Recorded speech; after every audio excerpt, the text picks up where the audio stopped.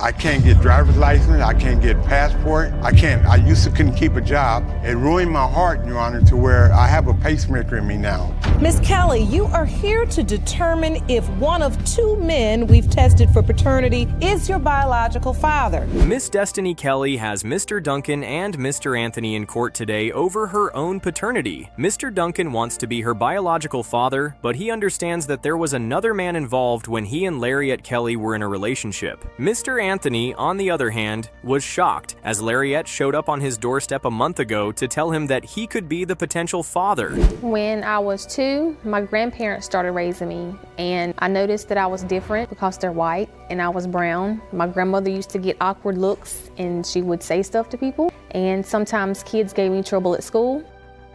Oh my goodness. That childhood sounds unbearably heavy for someone so young, enduring constant racism, grieving the loss of a grandfather, and living with the uncertainty of not knowing who your father is would hollow anyone out. Those wounds must have hurt in the moment and left a confused, fragile identity in its place. Destiny's childhood was definitely rough. Over to my side, but she's living with another guy. She was in a relationship with somebody else and even living with them. Yes, Your Honor. But what a heartwarming gentleman. Mr. Duncan was not exactly in a committed relationship with Lariette, but he understands the concept of biology and that there are consequences for one's actions, in the regard that babies come when two adults have unprotected sex. Since he met Destiny, he cared for her and took her in as his own as well, even with all the reasons to doubt. When I had her, and I made some mistakes, and my mom wound up wanting to step to the plate and raise her. So my mom and my dad raised her, and like I said, when my dad got killed, it really disturbed her. She's seen everything happen. Would you look at that? It's a very good thing that her mother decided to be completely honest with her, even from that age. Having a father figure in a young child's life is quite important, but what is more important is having a stable father figure. From all of this going on, it looks like Mr. Duncan fits those shoes perfectly and then some. Now, it's time to find out the truth.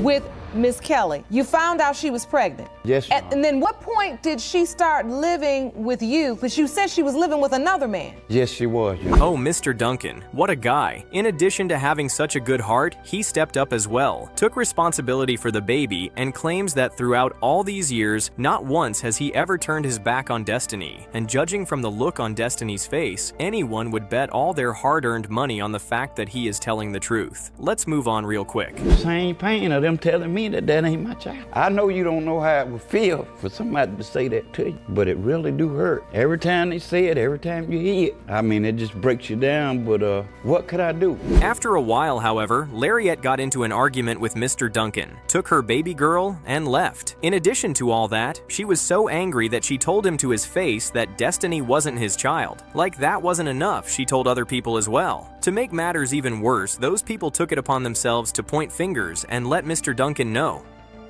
I had a good job, I had a good car, and I wasn't that bad look. Knock on this man's door and tell him after 25 years later I might be his child. No phone call for her? No. Now, isn't that something? It is quite expected for one to behave like Mr. Anthony when they are met with such news. To bring a child that this man has never met once in his life to his front door after 25 years and claim she's yours is the most unhinged thing ever. To make things more interesting, Mr. Anthony was not in contact with Lariette throughout those years too. Bombshell indeed. In a DNA test to find out if 25-year-old Destiny is my daughter. When I first found out I could be Destiny's father, I was shocked. I never knew Miss Kelly was pregnant. Definitely. Seems like a very level-headed man to be upfront about it too. Looks like Destiny has her own work cut out for her as well, accepting which of these men is her father when the results come out. The lucky man gets to walk their beautiful daughter down the aisle and watch her grow into an even more beautiful woman. Hopefully the results wouldn't put us all in shock, or would it?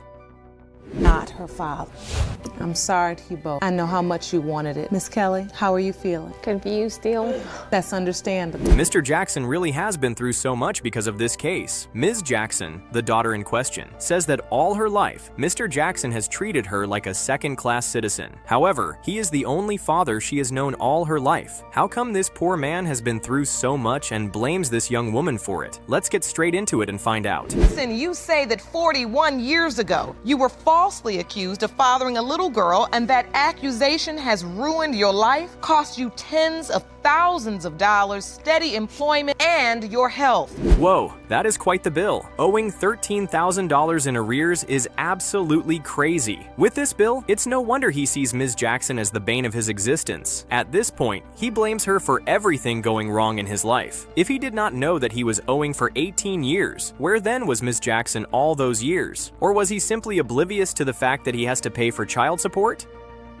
Told by him as a young girl that he had doubt. He would basically just try to admit, things like, he didn't think that, he was the only man that my mom slept with. And How old were you when he was saying that? I was like 9 or 10 or 11 years old. Oh my goodness, come on, Mr. Jackson. If that information was so much for you to process, what do you think it would have done to a 10-year-old girl? You could have waited or simply vented your problems to a fellow adult. Back to his problems now. At 63 years old, he is $25,000 up to his neck in debt. If this man ends up not being the father, he just might tear the courtroom down. A homie? Yeah, he's a homeboy. And because of that, he never treated me as if I was really his daughter. Wait, I need to understand that. What do you mean as a homeboy? Well, because I was never really embraced by Mr. Jackson as his daughter.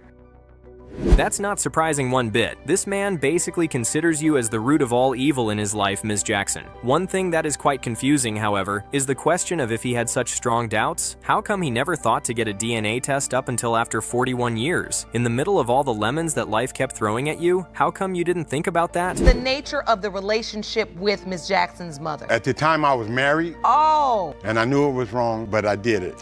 Whoa, now that is a bombshell. But wait a minute, Mr. Jackson. If you have so much to say about Ms. Jackson and her mother, you didn't think to consider the fact that you cheated on your wife into the equation? There is such a thing as consequences of your actions. Maybe next time lead with the statement, I cheated on my wife and got myself in a bunch of problems instead. Because I really didn't know where they were, Your Honor. That's not true. He knew where we were. Mr. Jackson chose to live the life that he chose to live. He knew where we were. We wasn't very far. I stayed in contact with his mother.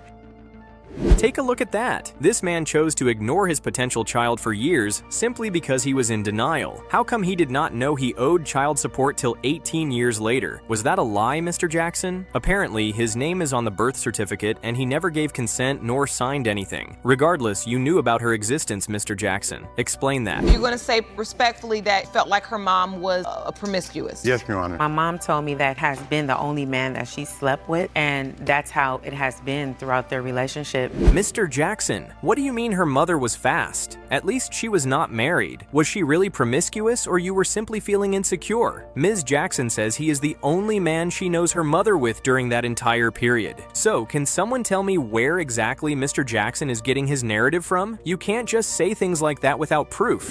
Mr. Jackson, if I could have 25 cents so that I could buy ice cream, and he told me he didn't have it. And I said, well, do you have 10 cents? 15 cents? A nickel? He said that he didn't have either or. But I would see him go to the liquor store and buy alcohol or whatever he would, buy for him.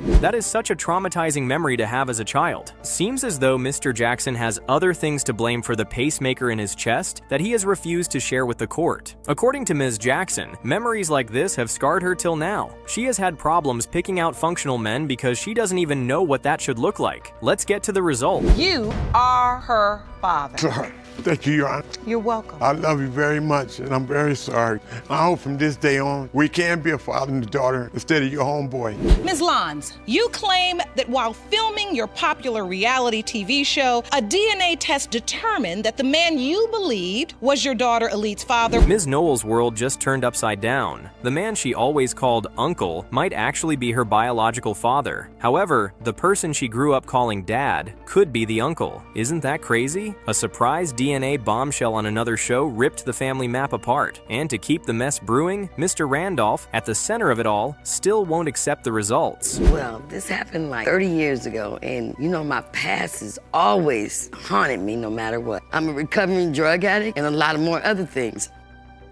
Gotta hand it to Ms. Lons. She stepped up like a real parent, putting her child's need for peace above the crazy drama. When Ms. Knoll's life fell apart after the shock that her dad might not be biological, Ms. Lons herself didn't fall apart. She jumped into action to face facts. Now Mr. Randolph's in the hot seat. Will he accept the truth, or will this whole thing turn upside down? Mr. Randolph, 6 years ago on their reality show, when it was determined that Neffy's father, your brother, was not her biological father. Right. Mr. Randolph's radio silence says a lot. Where were his calls? But that's only the beginning. The real issue is nastier. Did he sleep with his brother's partner? And if so, did he ever feel a twinge of guilt? His answers aren't only likely to shock, they could drop jaws. This family tea is scorching, messy, and painfully public. Such crazy drama is being pulled out in court today. In my defense in that regard. Sure. We had a group that consisted of 7 members. Our popularity and our bad behavior at the time, a lot of things happened. This family drama just became a soap opera. Imagine being told you were adopted at 11, only to learn years later that the name on your birth certificate could be your uncle, not your father. Behind it sits a tight circle of 7 adults with their blurred morals turned into complicity. Ms. Knoll has lived a lifetime of shock after shock, and now she's left piecing together an identity stitched together by secrets. Someone convince me this is not a movie. Your birth certificate, were you able to look at it and see if there was a man listed, and if so, who that person was? Well, yeah, about 18 years old, my adopted mother felt that I was old enough, and David Noel was the guy on my birth certificate. Mr. Randolph's got some explaining to do. The man named on the birth certificate is out, and suspicions on him. Don't expect a remorseful confession. This man is dodging the dad label. Instead, he's coming out with stories, excuses, and a rewritten timeline about his time with Miss Lons. Whatever comes out of this man's mouth next could rewrite this family's entire story. A relationship with Miss Lons, I really do, and it goes back to 1974. All right. But the relationship is like this. I'm part of a dance group called the Black Resurgent, who are internationally known for boogaloo and robot and strutting. Supposedly, Mr. Randolph and Ms. Frankie were wrapped up in an open, chaotic situationship, yet she insists her only romance was with his brother? That smells like someone living in the same house but pretending they never sleep in the same bed. As if the plot needed another twist, a former bandmate has shown up in court. Maybe they'll untangle this knot. Maybe not. Who knows? Relationship with Miss Lons? Yes, I did, Your Honor. You did. What was the nature of your relationship with her? We was a group back there and then, back in the day. We were one of the hottest groups on the circuit at that time coming up. And I was one of the guys that all the girls wanted. Just when you thought the plot twist had nowhere left to go, Mr. Larry pops up as yet another alleged dad. For real, how many contenders does one child need? Everyone in the courtroom's probably blinking like, okay, this is just too much. Judge Lauren's heard wild stuff, but this case is begging to be a showstopper. Having children, and they are part of this band, extended family / village. Wouldn't a man then say, if I was intimate with her, could this child possibly be mine? This one's a crazy case. After years of maybe, mixed up family titles, and endless guessing, only DNA will cut through this unhealthy noise. Trash the rumors and the half-baked theories, because the result is about to hand down the final say. Time to hear it. This mystery needs to end, and the truth should snap into place. Who really fathered Miss Knoll? Time to find out. Case of Lons versus Randolph Roberts. And as to whether Larry Robertson is her biological father, it has been determined by this court. Mr. Roberts, you are not her father. Ms. Moffitt, you always believed the defendant was your dad until 2 years ago when you received a message from a man claiming to be your biological father. Ms. Moffitt has lived with confusion for about 2 years when a man claimed that the person she has called dad all these years is not her real father. To make matters even more diabolical, this conversation happened over Facebook. Mr. Johnson, her father, states that her mother, Yvonne Moffitt, plays a lot of games, hence his doubt. Let's find out if this is one of her games. I'm his child, and I'm looking like, wow, this is confusing, like, I don't know. And then he had sent me a picture of me when I was maybe 2 or 3, and he was saying that I'm his child and I have 2 other siblings. Oh, the shock and the confusion Ms. Moffat must have gone through that day alone must have been wild. Imagine hearing such a thing after so many years. In addition, he attached a picture to the message, so one would know that this man is not just your typical catfish. Even if he were catfishing, she'd definitely want to hear him out, because how creepy is it that a stranger has your baby picture? Me and two more other guys was, at the time was dealing with Miss Moffat, and I just had doubts that I was her biological father at the time when she was little. Interesting choice of words, Mr. Johnson. So these two met when they were much younger, saw different places together, and Yvonne was basically captivated by this man. It was the typical summer love experience between the two lovebirds. That was a long time ago, though. However, she dropped something in the courtroom that nobody saw coming. That I never saw before, and that made me fall for him, even though I knew he was married at the time. Oh. Yeah, he was married, so it was a lot of sneaking around, hiding. And we used to, our favorite spot to meet up was like at.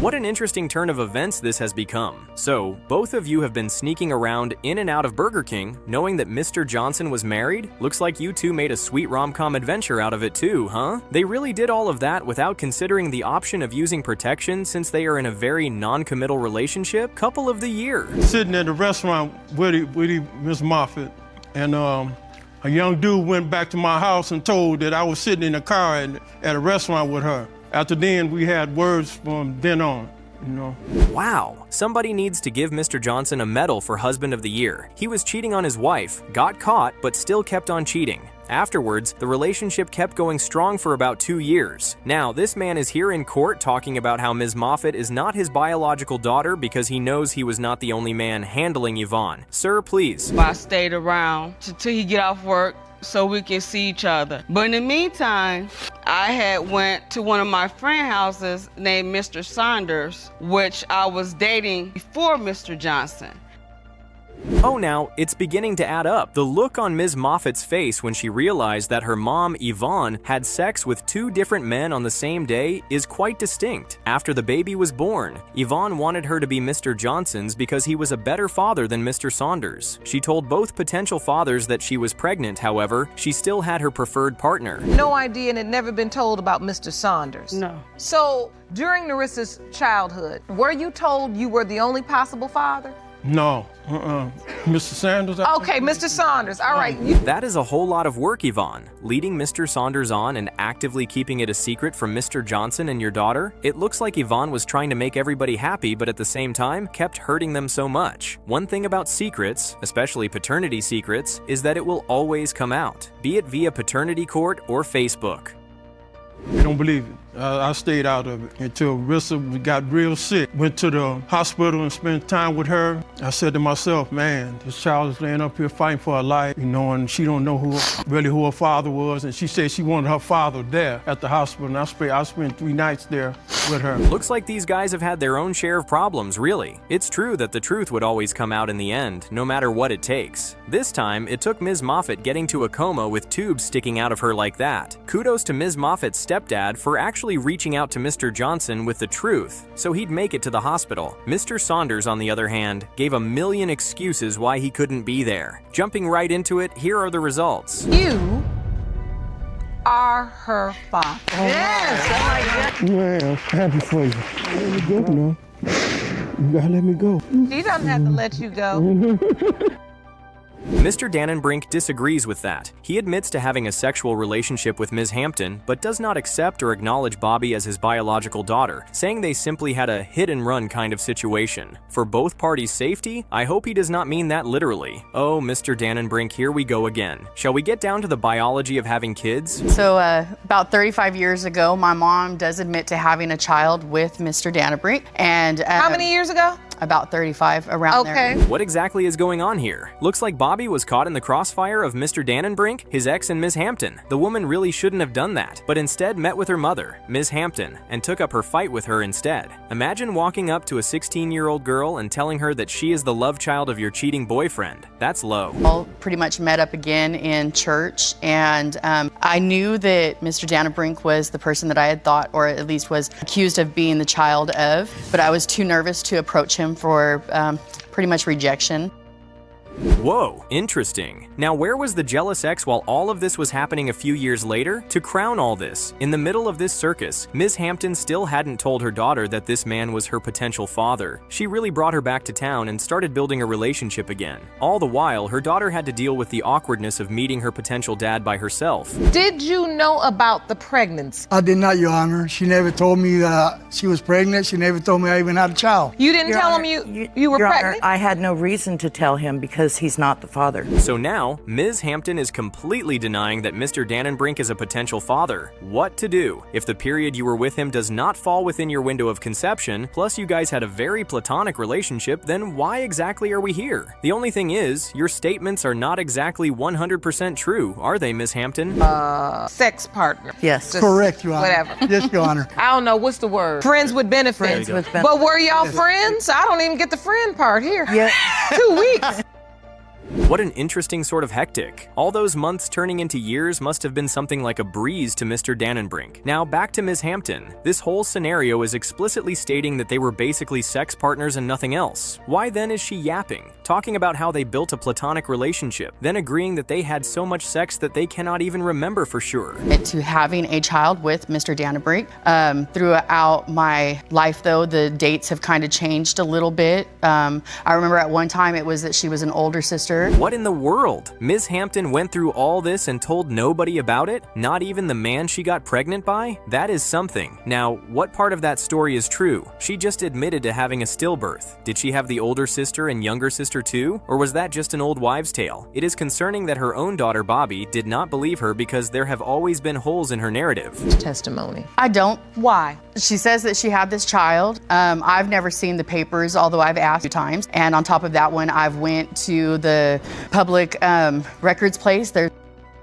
Wait a whole minute. That's right. Oh my goodness. Where does one even start from with this woman? How many children do you have again, Ms. Hampton? This woman keeps holding these earth-shattering secrets and then proceeds to lie in order to protect herself. She claims that she had a baby for a married man and had an agreement that he would take the baby. Whose blood runs through me? Who do I look like? Where do I get my eye color from? Where do I get my nose? These are just a few questions that have plagued my mind. Oh, Bobby, this woman has been through so much hell from her childhood till now. Not knowing who your father is for 35 years is crazy. Not knowing who your father is for over 3 decades and still getting lied to about it by your mother, every step of the way is absolutely wild. Nothing is more wrong than a child growing up with a gap where certainty about their father should be. You are not her father. Sorry. It doesn't matter. I consider her my daughter. Mr. Jackson is your biological father. Yes, Your Honor. But Miss Jones, you've been saying that Mr. Downing is her biological father, not Mr. Jackson. I believe Mr. Downing is. Mr. Downing isn't holding back. He's flat out rejecting the claim that he's Brittany's father. And here's the thing. Brittany isn't some toddler in a paternity tug of war. She's a 29-year-old grown woman. But the bitterness runs deep. In court today, Mr. Downing is visibly fuming over the $17,000 he vomited in child support until Brittany turned 18. If the DNA says she's not his, he wants every last penny back. Mr. Jackson is not father. He is not your biological father, Brittany. Nearly 3 decades of calling Mr. Jackson dad just went up in flames, and you can bet that revelation hit Brittany like a freight train. Now the burning question is, if not Mr. Jackson, then who? Could it be Mr. Downing? Or maybe a mystery third man lurking in the background? This isn't an identity crisis and a pre-midlife crisis served on a silver platter. Brittany is owed the truth, something she's deserved since childhood.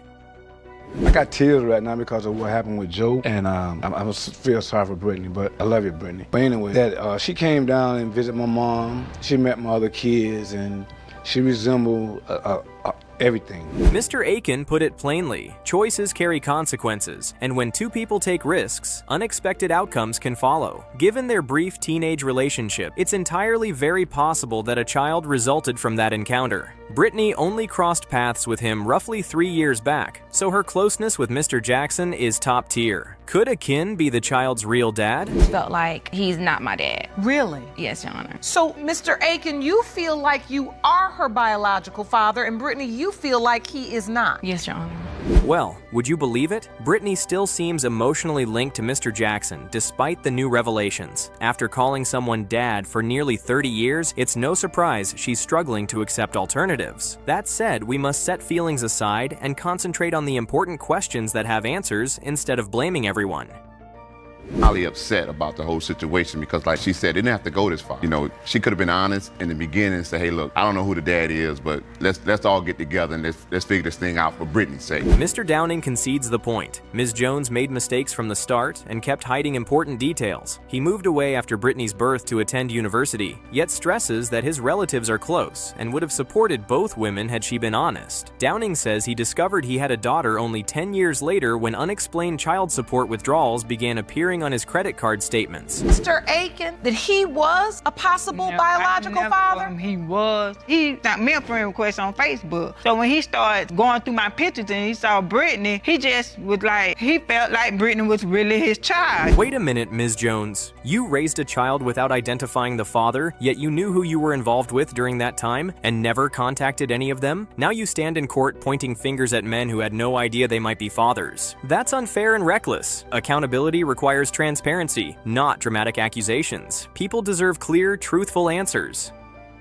And Mr. Aiken, we did establish a relationship. But at times, when Mr. Aiken has things going on in his life, he's in and out. And I don't want in and out. You're gonna be there or you're not gonna be there at the end of the day. This woman built a life for herself despite never knowing her biological father. Now a mother of two, she argues that any man who truly cared would have pushed for a DNA test far earlier. Brittany, though, pointing fingers won't fix things. What you need is answers and support. If anyone deserves some side-eye, it's Ms. Jones for keeping important things hidden, not the daughter trying to get by. Should have done something. And I mean, the man you wanted to be your biological father is not your biological father. Mr. Aiken is certain he is your biological father, but your mother says he is not. Judge Lake summed it up too well. We're chasing truth and recovery, not trading barbs. After a marathon of witness statements, sobbing, defensive replies, and dramatic displays, everyone is definitely exhausted. What's left is the results. It's time for closure. Let's move past the spectacle and focus on the reason we're here. This is going to be crazy. Has been determined by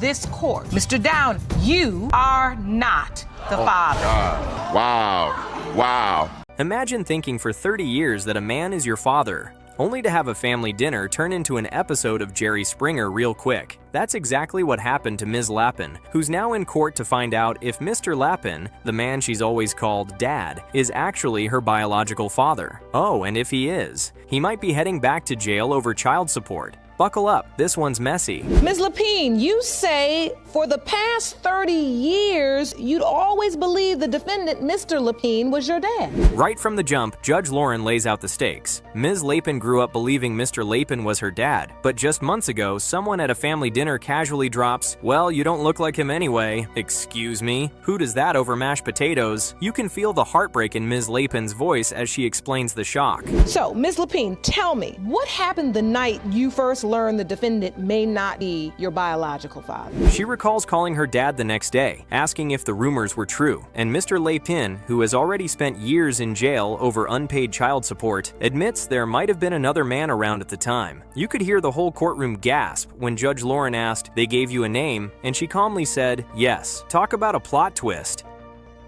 Wow. So did you reach out to your father, Mr. Yes. And what did you say? I called him the next day and asked him if it was true, and then it gets heavier. Mr. Lappin reveals he spent 4 to 5 years in jail strictly for child support tied to Ms. Lappin. No other crimes, nothing else. Just child support. Imagine sitting in a cell while not even knowing if the child is yours. That's next level tragic. You believe this young girl was your daughter? Yes, ma'am. And I've been 4 to 5 years in jail.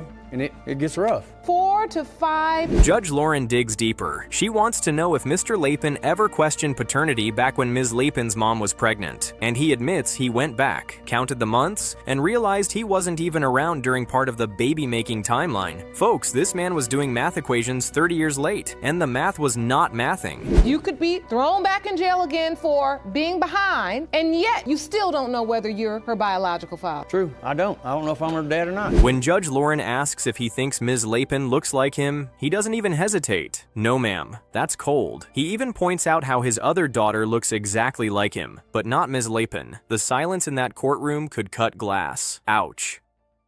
So after you learned her mother was pregnant, you went on and married and signed the birth certificate and you stepped up to be... And then, Jerome, do your thing. In comes Jennifer Lapin, another daughter, ready to give her side. The second she walks in, the tension spikes. She sits down and calmly states she's here because she wants the truth too. But you can see the worry in her eyes. What if her sister's whole life changes in an instant? Please be seated. Thank you for joining us. And your name? Jennifer Lapin. Mr. Lapin is your father? Yes. And you grew up believing Brandy was your sister? Yes. So Jennifer explains that she's always noticed differences between herself and her sister. Different skin tones, different looks, different mannerisms. She's trying to keep it respectful, but you can tell she's low-key saying, "Yeah, sis, you might not be one of us." Talk about sibling awkwardness on blast. what would they say? It was just things like, oh, well, you're the milkman's baby, you know, stuff like that. Then, you know, after so many years, you think something, and then... Meanwhile, Ms. Lapin is visibly holding back tears. For 30 years, she's called this man Dad. For 30 years, she's carried his last name. And now she has to sit here and listen while everyone debates whether she belongs or not. My heart was breaking right along with hers. Can someone please pass the tissues? This is a picture we took last week of me, my dad, and my sister. And you feel like you strongly resemble your father, right? But Brandy does not. Right. Judge Lauren tries to lighten the tension by focusing on facts, asking Jennifer if she remembers how their parents' relationship went down. And when Jennifer brings up rumors of their mom seeing another man, boom, more gasps. This family dinner secret is turning into a full-blown buffet of drama. Yes, Your daughter. Yes, Your Honor. And here's where I've been paying child support. Yeah. I'd go to the courthouse and pay. Jerome, please pass I me would that have evidence. it taken out of my paycheck. Mr. Lapin jumps back in, insisting that friends later told him Ms. Lapin's mother had been with other men. You can just see Judge Lauren's eyebrows shoot up like, really? You waited 30 years to say this? Sir, that would have been useful info a few decades ago. Your support, then you go to jail. Well, even if you had a job, when you go to jail, you lose the job. Yes, ma'am. Then you come out of jail, you gotta find another job. The courtroom mood swings between heartbreak and pure awkwardness. Ms. Lapin is devastated, Jennifer is worried, and Mr. Lapin just looks exhausted from carrying this weight for so long. Even Judge Lauren looks like she's holding back her own emotions. Folks, this is paternity court at its rawest. Down. I did let him down, and I'm sorry. I wish I'd never left. I wasn't worried about what their mom had to say. And then I wouldn't have messed Miss Hopper.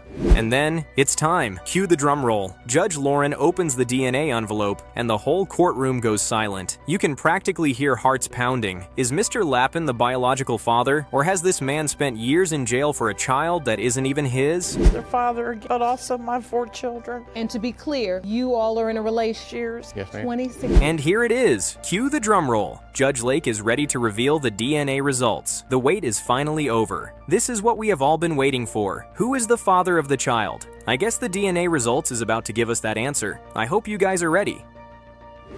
Pertains to Jennifer. In the case of Lapin versus Lapin, when it comes to Jennifer Lapin, Mr. Richard Lapin, you are her father. Imagine coming to paternity court thinking you're raising your daughter with love, only to find out mom admits she might have also been with your friend.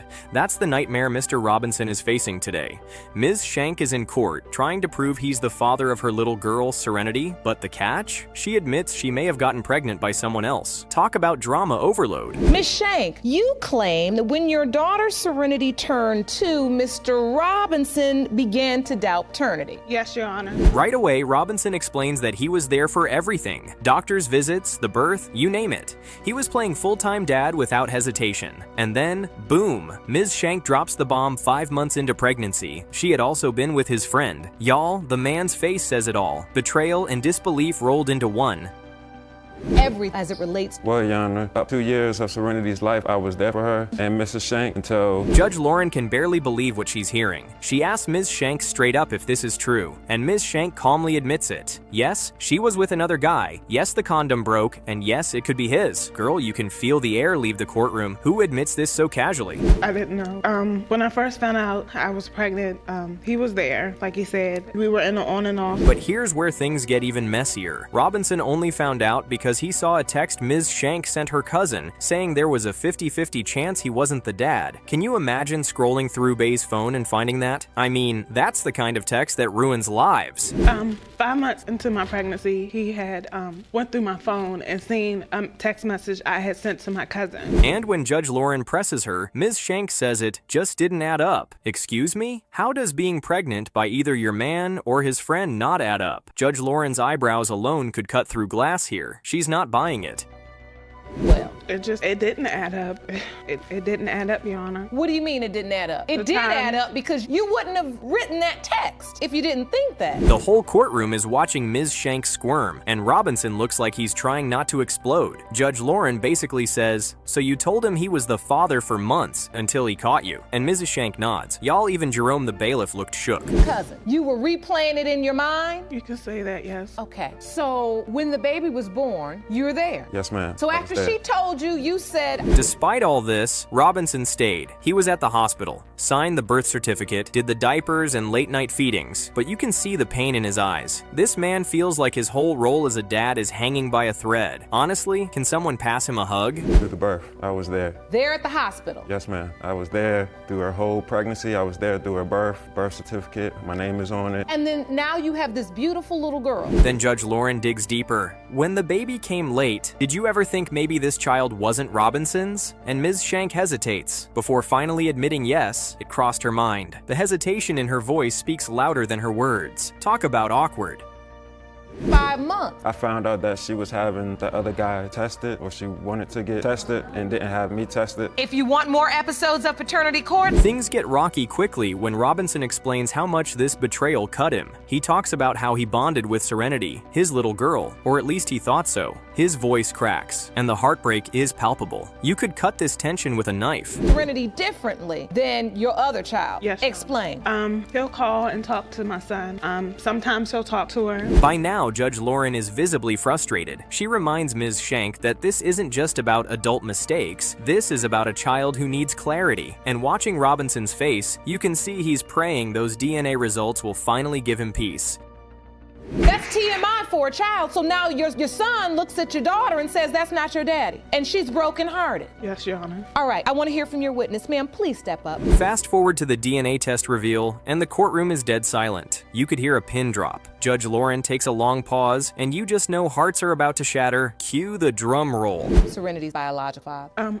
I know where he is, but I don't think he's willing to. So a lot's riding on this result today because... And here it is. Cue the drum roll. Judge Lake is ready to reveal the DNA results. The wait is finally over. This is what we have all been waiting for. Who is the father of the child? I guess the DNA results is about to give us that answer. I hope you guys are ready. Versus Robinson when it comes to 2-year-old Serenity Shank. Jamario Robin is her father. Mr. Hill has paid over $50,000 in child support for 18-year-old Toman. But today, he's in court saying he doesn't even believe he's the dad. Y'all, imagine paying all that money while side-eyeing your kid the whole time. Meanwhile, Ms. Harris swears up and down that Hill is the father because, in her words, the boy looks exactly like him. Mr. Hill, you have petitioned the court for years to get a DNA test on Ms. Harris's 18-year-old on Toman. Right away, Mr. Hill claims that Ms. Harris cheated with someone else during their relationship. He insists she even admitted it multiple times. But Ms. Harris claps back immediately, calling him a flat-out liar. Already, the courtroom is sizzling with, he said, she said. Yes, Your Honor. Now, why don't you think he's yours? Basically, she had sexual intercourse with somebody else. Excuse me, all right. Judge Lauren tries to cut through the noise, asking why Mr. Hill thinks he's not the father. Hill tells this wild story about some guy on the street trying to fight him, yelling he was the real dad. Excuse me? You know your life is messy when random street fights are part of your paternity story. So you're saying she told you she slept with somebody else? On numerous different occasions. All right, but the point is when you were in your relationship... Ms. Harris isn't having it. She says the whole time Hill was actually happy, proud even, telling everyone, that's my baby, when Toman was born. She even says he cut the umbilical cord. And you know what? That visual of him hollering across a store, that's my baby, is pure gold. Of the event. I got pregnant, first in the delivery room. He was so happy talking about he didn't want to sign a birth certificate. But Hill swears he always had doubts. He says Harris would disappear on phone calls, stay on hold for minutes, and basically left him thinking she was out running around. You can tell Judge Lauren isn't convinced yet. She leans in with that classic, face. Tamon was conceived. The always on the phone, I'm talking to her. She put me on hold 5-10 minutes, something like that. Then comes the money drama. Hill says he's been paying child support faithfully, hundreds of dollars every 2 weeks. Yet Harris wasn't even showing up to court when he tried requesting DNA tests. If you've ever felt broke, imagine being broke and unsure if the kid is even yours. You never had that. Different you occasions. Amazed, happy because this was your first child. Different occasions. I'm at court. She's nowhere to be found. Nowhere to be found. Enter Ms. Harris's mother, Ms. Holmes, and whew, she comes in hot. She looks Mr. Hill dead in the face and says, "Are you blind? Do you see him? He looks exactly like you." The shade, the sass. Grandma is not here to play.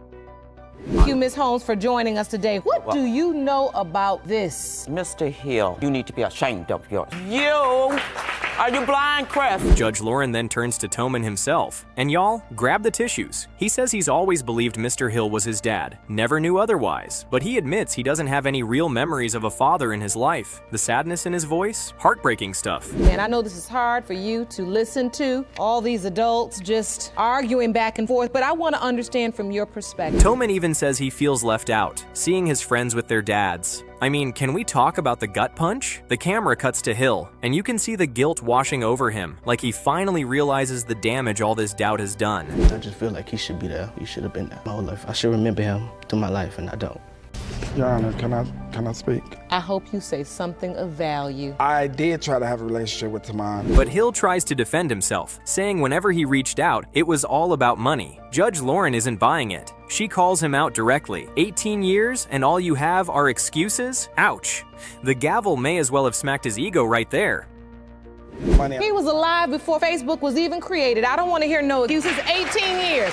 Look, I told Tamon, did you bring the messages to you? I gave my number. Then Ms. Harris pulls out the height argument. She says the man Hill accused her of cheating with was tall, over 6 feet, while Hill is shorter, and her son ended up closer to Hill's height. She's basically doing courtroom math on genetics. Even Judge Lauren looked like, well, she's got a point. If you brought something, yes. Absolutely. I would like to see some evidence that makes sense this mess. This is the alleged person that he claimed. By this point, Judge Lauren is fed up. She tells both parents that the only one truly hurting here is Toman, this young man who spent his whole life believing he had a father, but instead got stuck in an 18-year mess. The room goes quiet. Listen.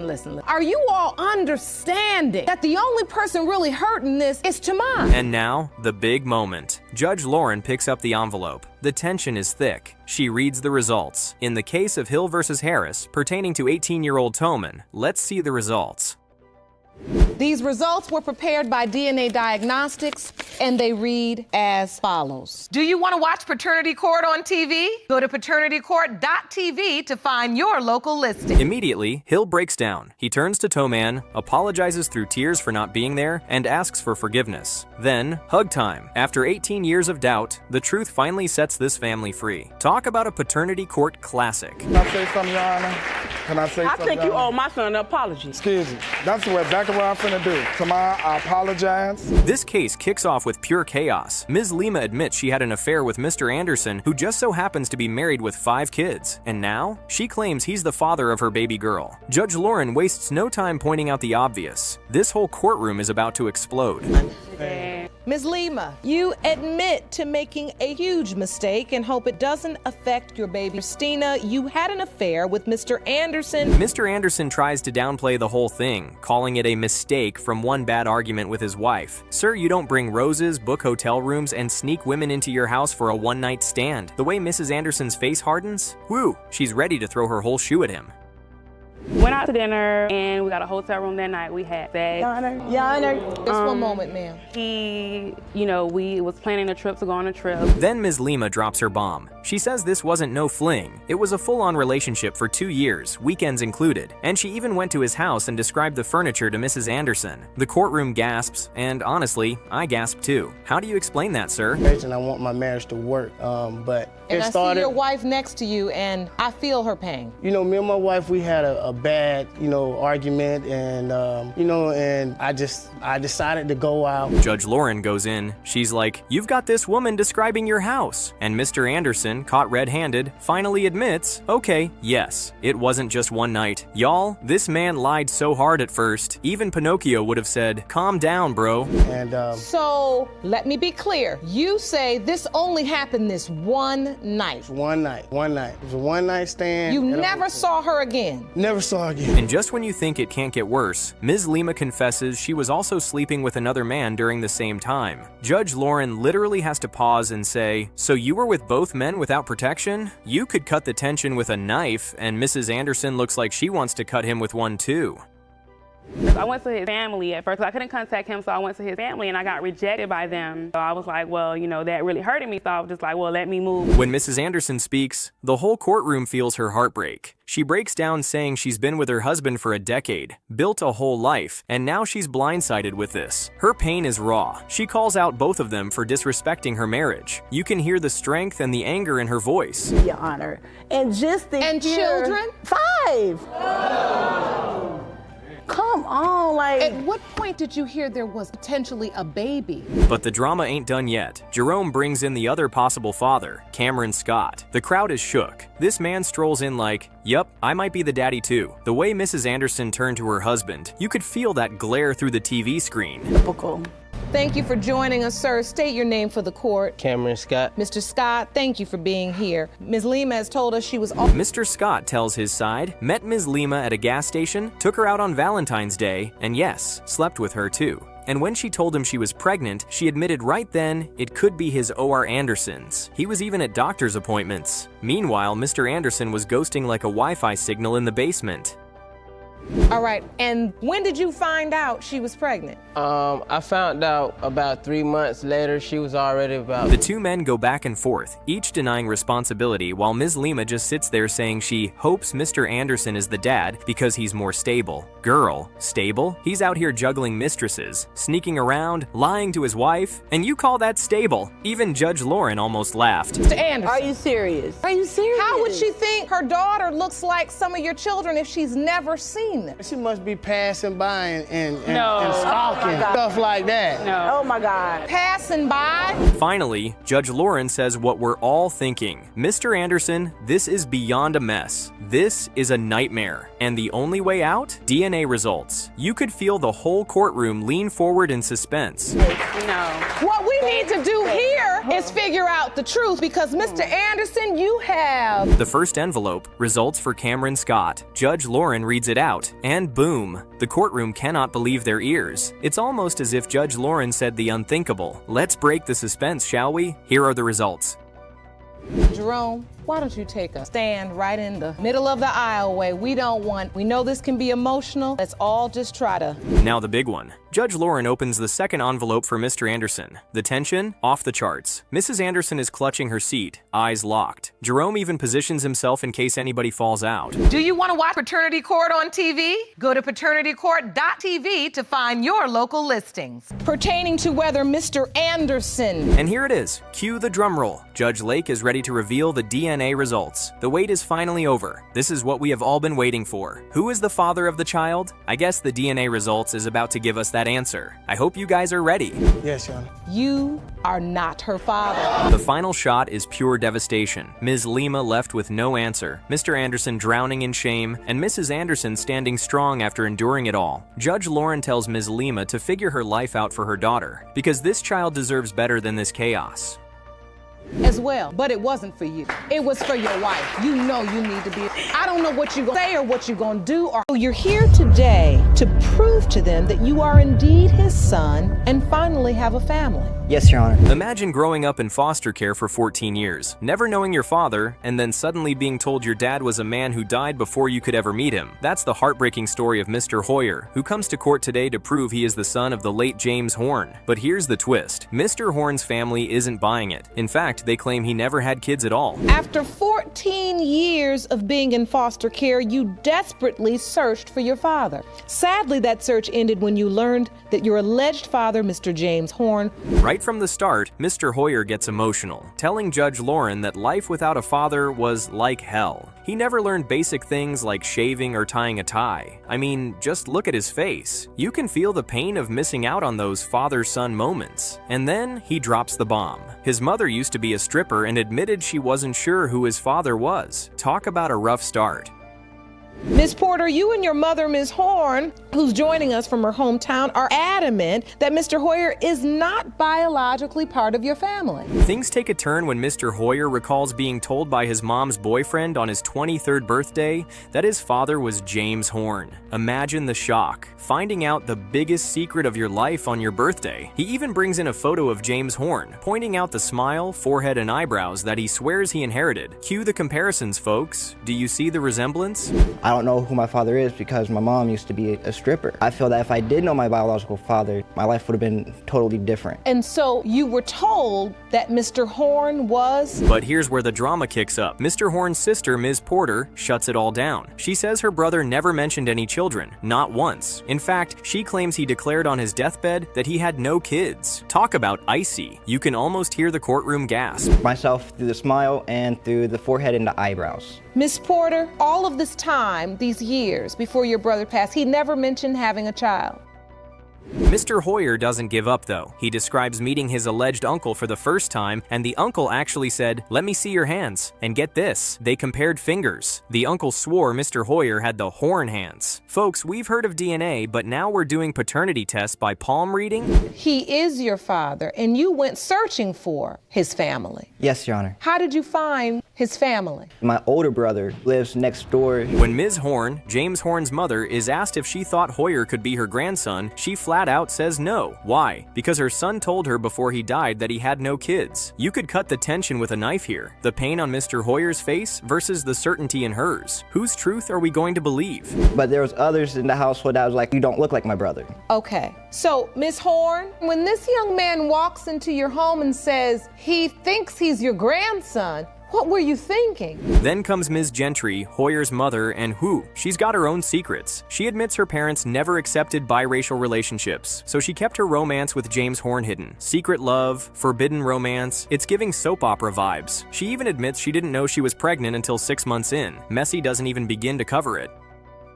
Why is it they know nothing about you or your son? My parents, they never accepted biracial relationship, never. So we kept it a secret. But hold up, just when you think things are clear, Ms. Gentry reveals she was also intimate with another man before James Horn. And yes, she told her son about this mystery man too. The look on Mr. Hoyer's face is priceless. Betrayal mixed with disbelief. Can someone pass the tissues, please? Did you ever have any idea your son was in a serious relationship? No, ma'am. I never heard her say that. Never. So I guess your secret was safe because they have no idea. Ms. Porter doubles down, saying she never once heard of her brother dating Ms. Gentry or planning marriage. Meanwhile, Ms. Horn looks stunned, saying she never knew about any serious relationship. This courtroom feels like two completely different realities colliding. Saying is you were open and honest with your son that you had also been intimate with another man before Mr. Horn. Yes.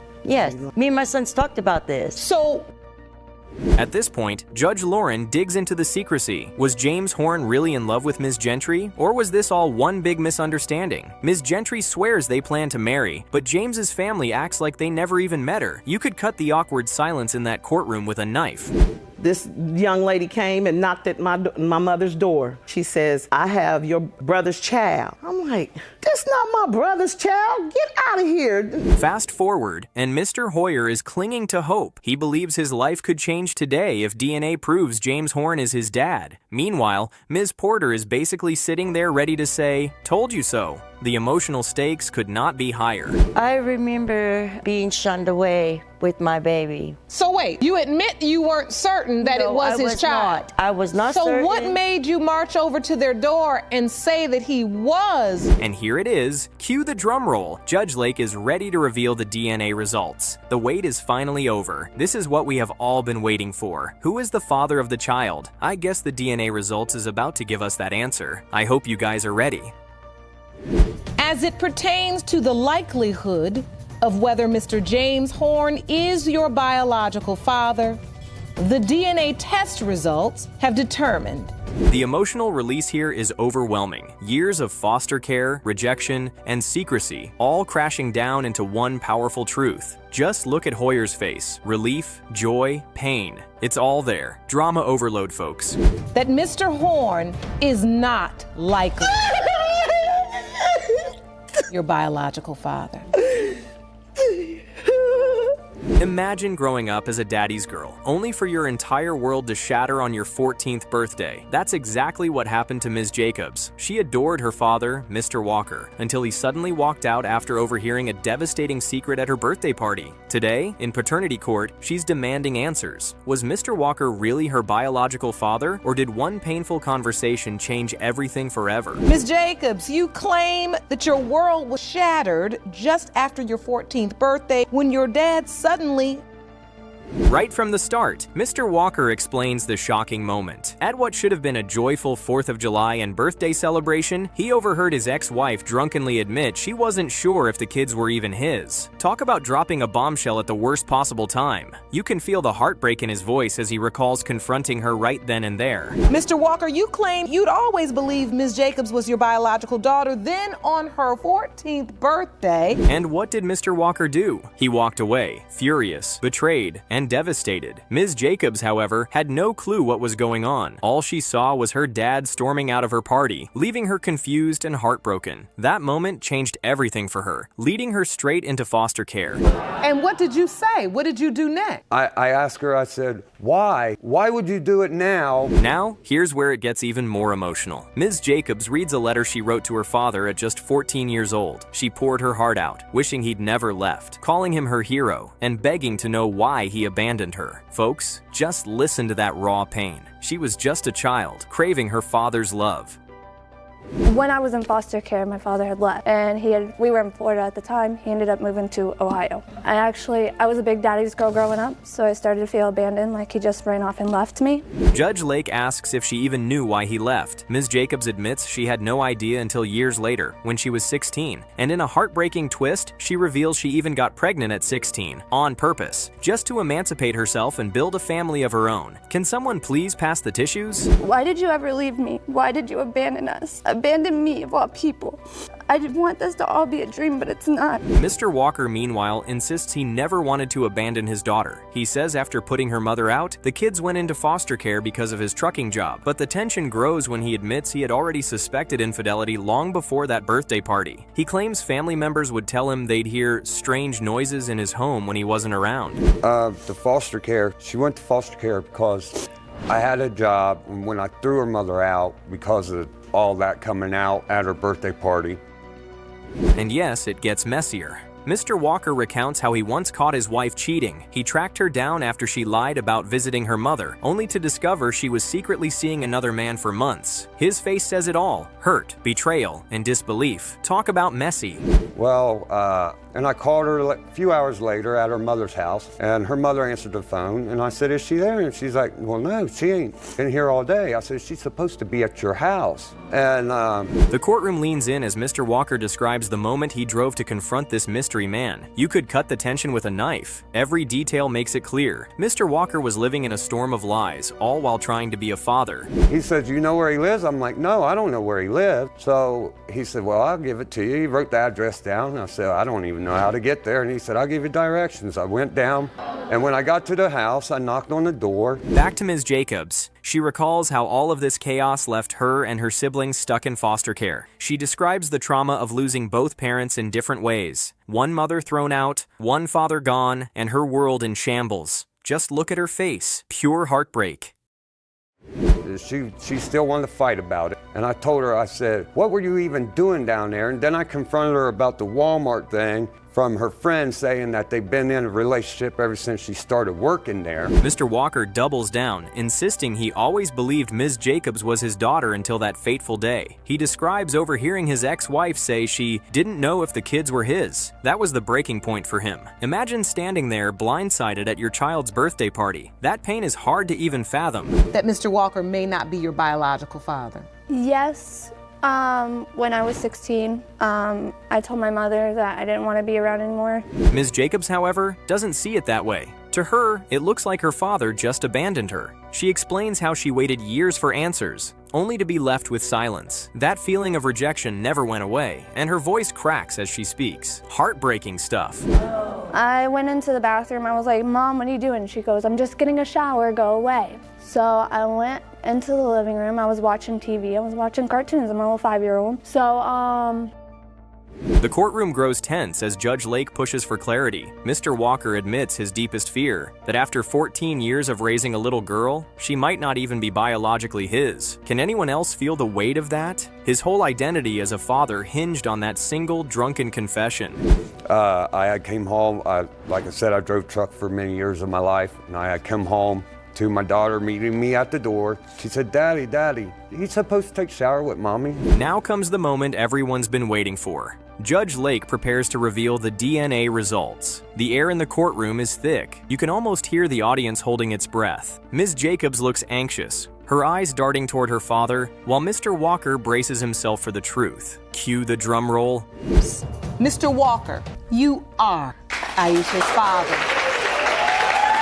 Imagine walking into paternity court only to find out the man you thought was dead might actually be alive and could be your father. That's the roller coaster Ms. Casey is on today. For 25 years, her mom swore the man on her birth certificate, Otis Hawkins, was her dad. But here's the catch. Otis supposedly died decades ago. Now, another man, Mr. Edwards, steps forward claiming he's her real father. Buckle up. Miss Casey, you say that for more than 25 years, your mother has told you that a deceased man who is listed on your birth certificate. From the very start, Miss Casey makes it clear, growing up without a father was painful. She says it felt like walking down a dark hallway with no light at the end. Heartbreaking stuff. Meanwhile, her mom, Ms. Ewing, admits she didn't realize how much damage that caused. I mean, you can almost feel the tension between mother and daughter, like years of resentment packed into one courtroom moment. What has it been like to spend your life without a father? Actually, it's been hell, not knowing where I came from. When Judge Lauren asks about Otis Hawkins, Ms. Ewing tells this wild story. Apparently, Otis was shot in the head by his brother and killed. Ms. Casey looks like she's heard this a million times, but still doesn't buy it. She even rolls her eyes when her mom says she just didn't know how to tell her. That's the kind of tension you could cut with a knife. Ms. Ewing, what have you told Ms.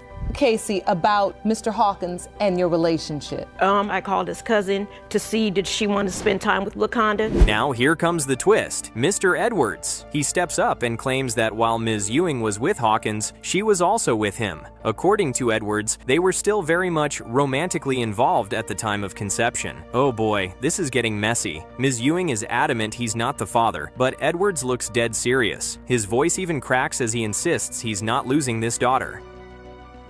And Miss Casey, when did you hear that Mr. Edwards could possibly be your father?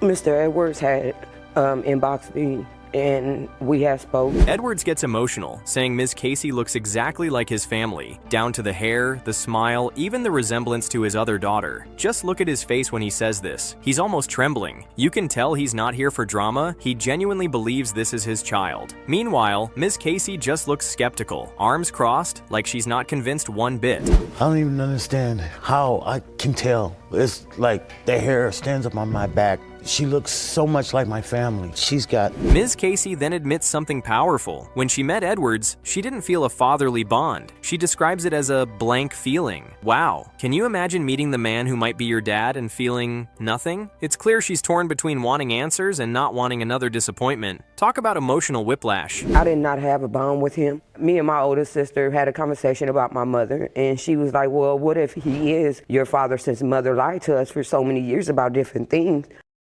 Things heat up when Edwards starts apologizing for not being in her life. He actually tears up, saying, "We lost one, we're not losing another. It's raw, it's real, and it's heartbreaking." Ms. Casey is holding it together, but you can see in her eyes she's conflicted. Judge Lake looks like she's bracing for a storm because the truth is about to come out. You've had Otis Hawkins on your birth certificate. Yes, Your Honor. Eventually, when I got over the age of 18, me and my husband sat down and we did a research. I got on a social network and... The courtroom then dives into Ms. Casey's research into Otis Hawkins. She says she and her husband tracked him down online. And guess what? She found someone with his name alive and well in Mississippi. Cue the gasp! Ms. Ewing seems completely shocked by this revelation, and Judge Lauren is practically leaning over the bench in disbelief. Did this mom lie all these years? So at that point, me being frustrated, holding everything in from being a child, I just blew up and let it go. If you had the opportunity, Edwards doesn't waste the opportunity. He doubles down. He says the similarities between Ms. Casey and his side of the family are undeniable. He even compares her to his other daughter, saying they could practically be twins. I mean, can someone bring out the family photo album already? The courtroom is buzzing with the possibility that mom might have been wrong this whole time.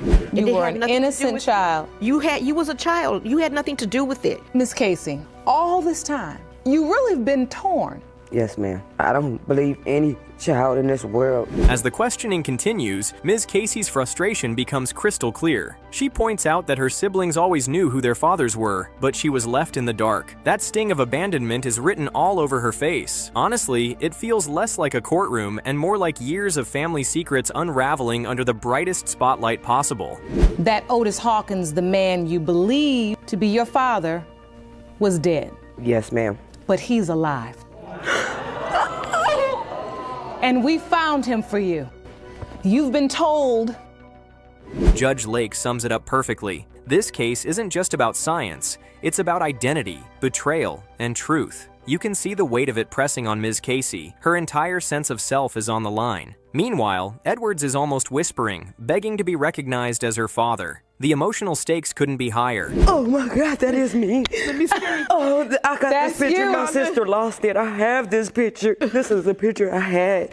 My teddy bear, my best. And here it is. Cue the drum roll. Judge Lake is ready to reveal the DNA results. The wait is finally over. This is what we have all been waiting for. Who is the father of the child? I guess the DNA results is about to give us that answer. I hope you guys are ready. Versus Ewing, Edwards, Hawkins, pertaining to whether Mr. Edwards is the father of Ms. You are not. Ms. Casey is stunned, tears filling her eyes. Edwards can barely hold back his emotions, whispering, "I told you so," through tears. The man who everyone thought might not even matter is actually her father. And Ms. Ewing, silent, almost frozen, realizing the truth she denied for decades just came crashing down in front of millions. Talk about the ultimate paternity court twist. Mr. Edwards, you are not her father.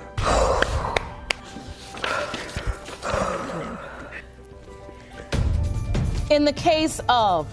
The courtroom lights blaze down on Ms. Lindsay, a firecracker of a grandmother who's not here to play games. She bursts into the room with her daughter Crystal by her side, demanding answers once and for all. Two men, Mr. Word and Mr. Jones, have danced in and out of her daughter's life, each possibly fathering little Austin. But Ms. Lindsay's had enough. Step up or get out, she warns, tired of being the one raising her grandson, while the men involved play emotional musical chairs. You say you're sick and tired of two men whom you believe are using your grandson as an excuse to walk in and out of your daughter's life. Enter Mr. Word, smooth-talking, confident, and trying to rewrite history. Ms. Lindsay says he was married when he started seeing Crystal. Mr. Word insists he was already divorced. Crystal admits the timeline's messy, but they were definitely a couple. Still, Ms. Lindsay believes he was controlling and manipulative, cutting off Crystal from her own family, isolating her. He denies it all, but the tension is thick. Nobody's backing down, and Judge Lauren is already bracing for a verbal brawl.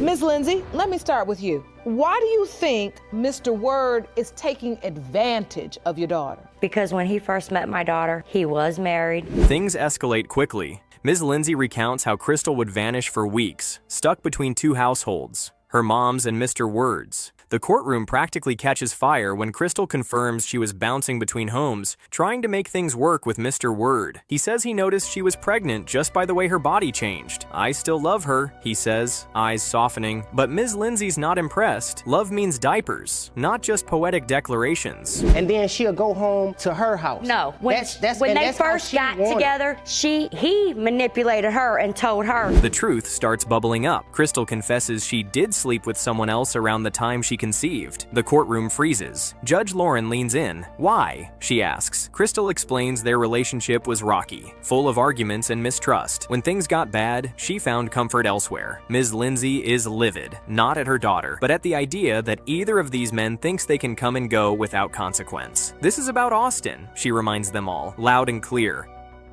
Get to go to the clinic Your Honor, with her. No, we might have been in a relationship at the time, but she was not there when I realized she was pregnant. She came to my house. Ms. Lindsay pleads for a definitive answer, not for drama's sake, but for health. What if he has diabetes? Heart disease? She says. She wants to know whose genetics are shaping her grandson's future. Mr. Word says they planned the pregnancy. Crystal agrees. They both wanted a child, but that only makes the uncertainty hurt more. Ms. Lindsay points out that Mr. Word signed the birth certificate, and that's when things get real. Names were changed, legacies were put on the line, all without clarity. That point. Yes, Your So Honor. now the issue we have before us is you also had sex with another guy.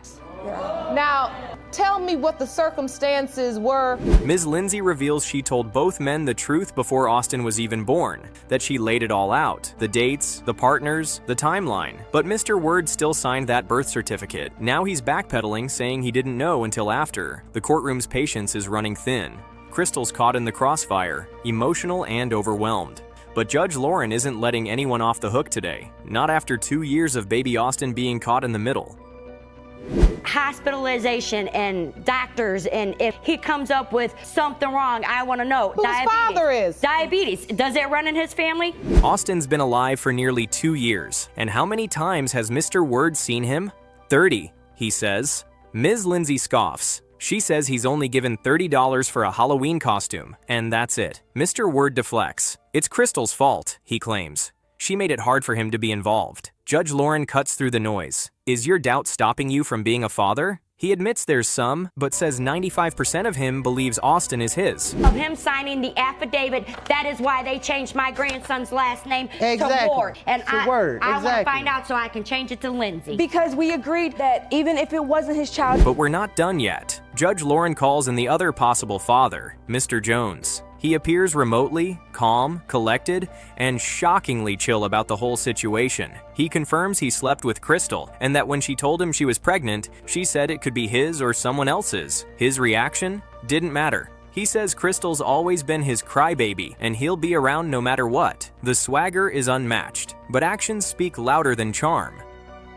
The bottom line is you were informed that there could be another possible yes, she father. was 100% honest. And so you were living with this doubt. Ms. Lindsay cuts in. What has he done for Austin? Mr. Jones stammers. Nothing, he admits. Not a dime. He wasn't around for the pregnancy, didn't show up at the hospital, didn't even offer a pack of wipes. He blames Crystal's mom, says she interfered. Ms. Lindsay snaps right back. He takes her money, leaves her with no food, and I'm the one left picking up the pieces. She tells a chilling story about Crystal calling her from a house with no food or drinks for her baby. That was Ms. Lindsay's final straw. Your Honor, and I apologized, and I told her, I'm sorry, baby, I will do whatever I can to make up for it. That will never happen again. It was an accident, nothing done on purpose. Crystal looks ashamed, caught between two men who haven't been there, and a mother who's doing everything. Ms. Lindsay makes it plain. Whoever the dad is, thank you for giving me my grandson, but don't expect me to carry both of your weight forever. She's ready to walk if they don't step up. Mr. Word tries to play hero. I hope he's mine, he says. My family will take care of him too. Ms. Lindsay rolls her eyes. She's heard it all before.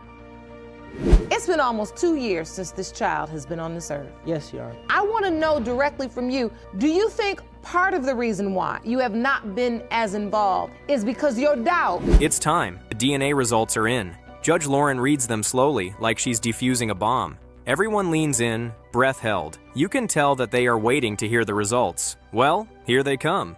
Hope you guys are ready. Pertaining to whether Mr. Word or Mr. Jones is the father of 1-year-old Austin. Judge Lauren ends with a moment of tough love. She tells Crystal it's time to grow a backbone. No more being walked on. No more letting men treat her like a doormat. You've got a beautiful boy now, she says. Set your standards. Protect yourself.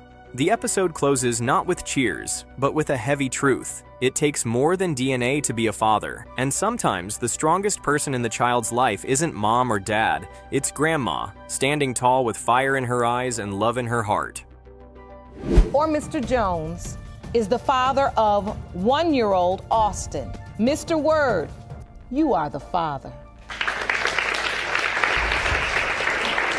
Miss Casey, you say that for more than 25 years, your mother has told you that a deceased man who is listed on your birth certificate... Ms. Case, who for the better part of 25 years believed that her biological father was dead, is now in Judge Lauren's courtroom with her mother, Ms. Ewing, at the behest of Mr. Edwards. Mr. Edwards claims he is the father of Ms. Case because her window of conception was during the same time he was having sexual relations with her mother. Ms. Ewing, on the other hand, is adamant that her daughter's father is dead. Which one of them is telling the truth? To prove that you are indeed Miss Casey's biological father. Yes, Your Honor. So, Miss Casey, please tell the court, what has it been like to spend your life without a father?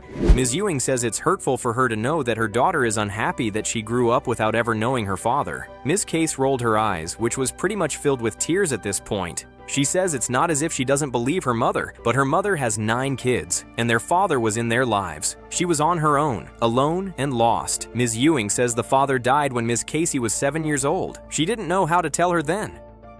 It hurts me to find out that's how if I would have knew that that's what she needed, I would have did my best to help her, but I did not know. Miss Casey, you seem to kind of roll your eyes like you don't believe your mother. Ms. Ewing says she was in a committed relationship with Mr. Hawkins during the time she was pregnant with Ms. Casey. Ms. Casey says that Mr. Edwards reached out to her on social media. Interesting mode of approach, considering that he was not in the picture for 25 years. She reveals to the entire courtroom that Mr. Edwards is the father of her elder sister. What? Good heavens. Mr. Edwards had told her that she and her elder sister looked like him. And I'm telling you exactly what I was told. And what was your relationship like? Were you all in a committed relationship? Yes, ma'am. It was until he came back from overseas. Apparently, Mr. Edwards was a deadbeat. He was absent from both his daughter's life. The entire courtroom gasped. Mr. Edwards says he was looking for them on social media. Turning towards Ms. Case, he says that he's sorry. He says that he has already lost one son, that he won't lose another one again. The whole courtroom applauded. He says that Ms. Casey looks so much like his mother. That's why he's convinced that he is her father. Or Miss Casey's life, am I correct? Correct, Your Honor. So you reached out to her on social media? I was looking. You were looking? I was looking for them. Ms. Casey says that when Mr. Edwards reached out to her, she was skeptical, largely down to the fact that she does not have a bond with him. She says when she had the conversation with her oldest sister, she tells her what if Mr. Edwards was telling the truth, because their mother has lied about different things to them over the years. Wow. Ms. Casey says that Otis Hawkins was the name on her birth certificate. You go meet him, what's going through your mind? I did not have a bond with him. Me and my oldest sister had a conversation about my mother, and she was like, well, what if he is your father, since mother lied to us for so many years about different things? Ms. Casey says when she got older, she and her husband decided to do a little digging on Otis Hawkins. Lo and behold, they found him. He was in Mississippi. They didn't state if he was dead or alive, but she found 2 addresses and 3 phone numbers. The plot thickens. She says all the contacts led to a dead end. With tears in her eyes, she says that she would have loved to meet him and asked him why he left. The mother says she was the reason he left. They did not disclose if he was alive or deceased, but they have gave me 2 addresses and 3 phone numbers. At that present time, I contacted the 3 numbers that I had for him. Ms. Ewing tells Ms. Casey that it was not her fault, that she should not feel guilty. The entire courtroom clapped. Ms. Casey says the whole ordeal affected her, that a child shouldn't grow up without both parents. She says growing up, people were telling her that she looks Puerto Rican, which was odd considering that her mother was Caucasian and her 2 potential fathers were African American. Is there more twist to this story? Is there a third possibility? You need to stop feeling like that. He left me. I left him. You were an innocent child. You was a child. You had nothing to do with it. Miss Casey, all this time, You really have been torn. The judge tells Ms. Casey that Otis Hawkins is alive. What? He's alive? Ms. Casey was stunned. She could not believe her ears. The supposed dead man was waiting outside the courtroom. What a twist of events. Ms. Casey started crying loudly. Mr. Hawkins walked in. Ms. Casey hugged him tightly, while her mother, with tears in her eyes, was shouting repeatedly in the back, "That's your dad!" The whole courtroom erupted with cheers.